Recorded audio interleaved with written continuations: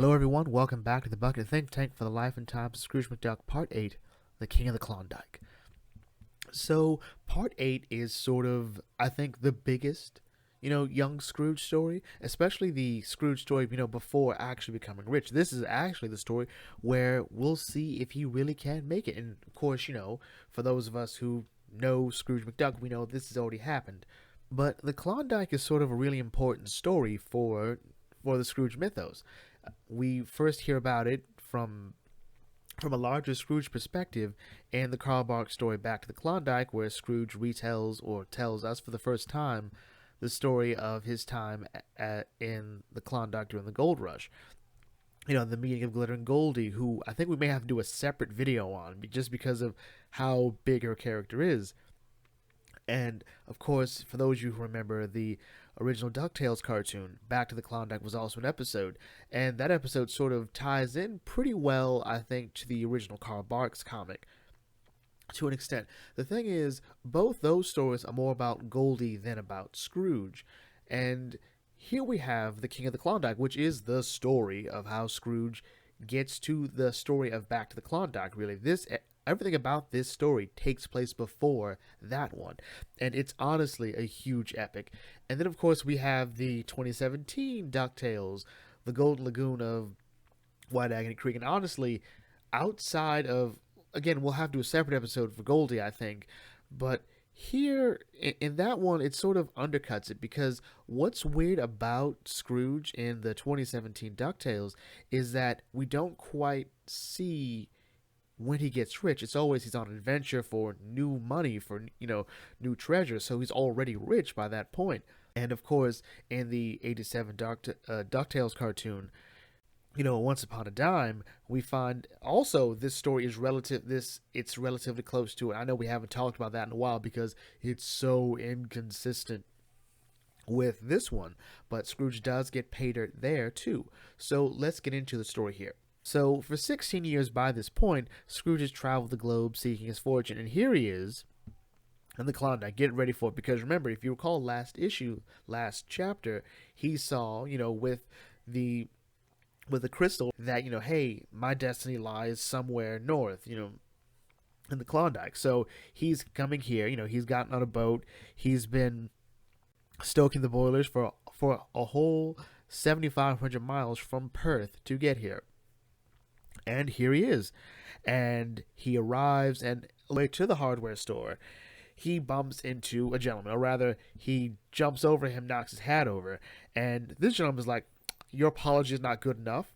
Don't you know who I am?" And Scrooge's like, "I don't really care, but you sound like someone who's about to get cut down to size real soon." And he shows up like, whips out his pistol. "Don't you realize my famous blunt line special? I'm Wyatt Earp." And Scrooge goes, "Really? Do you know who I am?" And he whips out his coin. And Wyatt Earp just freaks out like, "You're Scrooge McDuck, the buckaroo of the Badlands, the maverick of the Montana cattle wars, the pizen of Pizen Bluff." And Scrooge just goes, "Not to mention the terror of the Transvaal, the orniest cur in the Outback, and several other scary but not quite accurate names." And Wyatt Earp is like, "Oh, dude, I'm so sorry. Let me buy you a drink, pal, buddy, kimosabi." And Scrooge's like, all right, sure." And what this sort of does for us, the reader, is help us understand exactly that Scrooge's legend has grown. He has become a sort of popular figure on the world stage, because while all that mostly happens in America, some of this stuff has happened in Africa, in Australia, and now here we are in the Klondike, near Alaska. That it's interesting just to see that legend has reached up to the point where even some guy he's like, "That's Scrooge McDuck. If I fight him, I'll get a reputation." And he goes to fight Scrooge, but Wyatt Earp's like, No, I'm Wyatt Earp. What do you mean you trying to fight? You're going to fight me because I'm Wyatt Earp." And that leads to a huge bar brawl, and it causes a huge wreck to the bar, and Scrooge has to pay some of the damages, otherwise he ends up going to jail. And so, without money, Scrooge has to resort to desperate and shameful means, which for any McDuck is he has to get a loan. So he goes to a man by the name of Soapy Slick, because, most honest name ever. And Soapy Slick is very upfront about, any of his, loans. Like $100 is fine. And he even points out that, hey, there is no fine print on any of my loans. Just sign the contract and you're good. And he sort of mocks Scrooge, like, there's no gold around these parts, so you're just gonna waste your time, and I'll just get this. And you just pay your 10% a month, and you're gonna struggle for it because there's no gold here. And then what happens? Well, it's been announced that there is gold in the Klondike. This is the richest strike in history, and Scrooge's like, ha ha ha, I'll be paying you back soon enough, probably within the first month. And Soapy's like, hold on there. And he holds up the contract. He's like, you know what? My loan contracts do not have a fine print, but there is just space enough between the 10 and the percent sign that's enough for an extra zero. So 100% interest, and that's every month. And Scrooge wants to call the law. He wants to, possibly beat him up, but Soapy's already running off. She's like, I don't have time for this. I have to get to the hardware store. I've got to get the jump on things. And with his $100, he gets fitted out. And he then proceeds to head to the Klondike. And throughout most of this, Scrooge he sees Soapy, who, he has the money. He can have himself be lifted up there with his equipment to go to Dawson, because what he wants to do is he wants to open up casinos and whatnot to sort of profit off the, sourdoughs who will just spend their money on anything. Scrooge, meanwhile, has to sort of think on his feet. And this is the important thing about Scrooge McDuck at this point. This is Scrooge at the height of his powers. He's got all this experience, all his 16 years of training, or just rather his education, has led him to be able to get the jump on people. So here, he needs some way to sort of navigate through the plains, or just travel through them effectively. So he makes a didgeridoo, and he blows it, and he calls a moose, because the sound, the moose call, is similar to that of the lovehorn emu. It's a bit more nasal, though, but it's just enough to get a moose there who's love-struck and carries Scrooge around. And this goes on until we arrive to Dawson City, where Soapy Slick talks to a girl named Goldie O'Gilt at the Blackjack Saloon. And both Soapy and Goldie have the same opinion that soon Dawson City, which is only like 2 shacks, just 2 buildings, it's soon going to be a bustle with life. And Goldie points out herself that, with all those sourdoughs and their gold dust, she expects to be glittering by spring. And then she sees, just this guy who left the moose in her restaurant or in her saloon, and she offers him some grub, and one of the most hardcore things ever. Like, I ate just last week. Regular meals are for softies. And she's impressed, like, my. It's sweet, but, little bit. So Scrooge comes across a glacier. It turns out this is Moose Neck Glacier. It blocks off White Agony Valley, so the only way through the creek is through the ice cave. And it turns out there's a monster there, so nobody goes there. Everyone's afraid. Scrooge's like, wait. No one goes in there. So which means totally untapped. Totally free and up for grabs. So he finds that it turns out that the monster is just a woolly mammoth, a huge woolly mammoth. Although exactly how tall woolly mammoths are to make it huge, we don't quite know. Well, the really is, I don't care to find out. And that's what's been scaring people away. So Scrooge is like, oh, okay, we're fine. He navigates through it, and he comes across White Agony Valley. It's beautiful and it's empty and it's all his. Like, got it, we're in.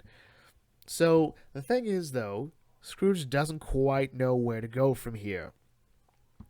He learned how to find gold in the deserts of Arizona and the mountains of the Rand, but never in creeks. So what does Scrooge have to do? Well, he has to sort of apply a sort of cognitive logic here. He has like, okay, so, the animals here, they live off the water, and the fish, that are in the creek, so maybe they're the source of the clues. So he checks their fur, and like, hey, there's gold dust here. All right. So he follows the creek because, they eat the fish there. So he double checks. So a week later, he comes across a wolf. Like, let me check this wolf's mouth out. He just opens the wolf's mouth and like, hey, look, there are tiny gold flakes. All right. That means they're super exposed to it here. So that means the original mother lode was somewhere in the mountains. That's where he goes next. So this is good because this is where Scrooge is. This is where Scrooge is set. He's had years of experience tracing the sites of high-altitude gold veins, and he breaks it down to the science. Eons ago, the wind and rain slowly eroded the gold off the mountain and washed it down into the valley. And then he finds traces of the sort of copper that often accompanies gold veins. So all he has to do now is get a good view of the drainage flow, and he seems to be aware or unaware that he's being carried off by an eagle. But it's just hilarious. Like, okay, yeah, I'm seeing it. I'm following the drainage pattern. There it is. And he just cuts the rope, falls down. Like, directly below is where the gold dust was entering the creek in the days when our frozen feathered woolly mammoth was still roaming through the valley, and it's the most adventurous amount of professionalism ever. Like, he's got it timed to a science. He can smell the gold, like it's big, it's close. Then the ancient landslide here tells where the creek bed was 100 centuries ago when the gold vein was exposed above, and on the bedrock below was where the nuggets would have settled as they washed into the valley. He finds the spot, he takes one huge breath, and he brings the pickaxe down to the ground and just starts going at it, just going at it. And so he's digging through the frozen ground. Not just during the day, but through the night, he just keeps going and going and going. And then when winter arrives, you realize, like, you know what? I'm going to have to build a cabin. And so he has to go back down to Dawson, as well as the fact that he had to make his loan payment. And he goes to Dawson. Dawson's already starting to build up. And it's as Scrooge points out, it's fueled by sourdoughs who don't know how to save the gold. So, he goes to make his payment to Soapy. And the gold dust he has will pay up for the next couple of months, so it's good.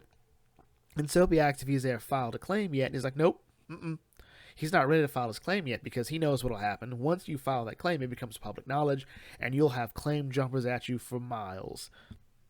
And he goes past Goldie, and then we see Goldie and Soapy sort of talk about exactly, what it is with Scrooge, Well, Soapy points out, Scrooge doesn't waste his time with, with stuff like the Blackjack Ballroom or gambling. He's not like the rest of the Greenhorns. He's smarter than that. Anyone tried to follow him to his dig, and Soapy again goes, he's too smart, all right? He always doubles back. He gets the drop on him. Every no-good thug has tried to find Scrooge, has tried to get a hold of him, tried to find his claim, and they haven't been able to do it. Soapy's like, he'll make a mistake. He'll slip up, and I'll be there. So Scrooge then begins to, make his home, make his little cabin, and he sort of thinks about the fact this will be one of the first roofs over his head he's had since he's left home, and he begins to wonder how everyone's doing back there, because it's been a while since he's been able to send money to pay the taxes on Castle McDuck.